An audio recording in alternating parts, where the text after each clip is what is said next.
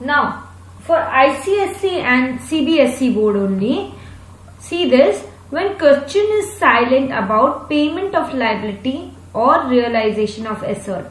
What does this mean now? You have your balance sheet. You have a liability here, say bills payable.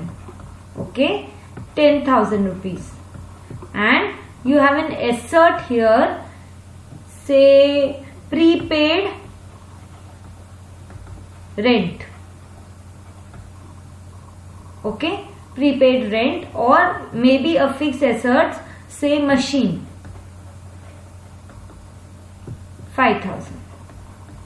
Now balance sheet में दिया गया है और adjustment के points में nothing is given for the payment of liability, means bill payable 10,000 is given, but in adjustment nothing is given that the bill payment is done in full or bill payment is done just 60% of the book value. Nothing is given in additional information about this liability.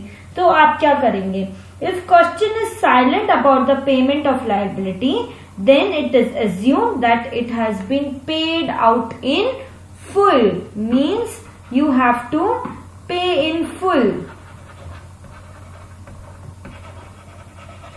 Okay, these liabilities has to be paid in full if the question is silent.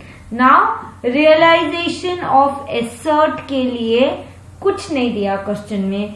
For example, say machinery 5,000. Okay, now machinery, from sale of machinery you have realized the book value 5,000, or from sale of machinery only 4,000 could be realized. The question is silent. In that case, what you will do?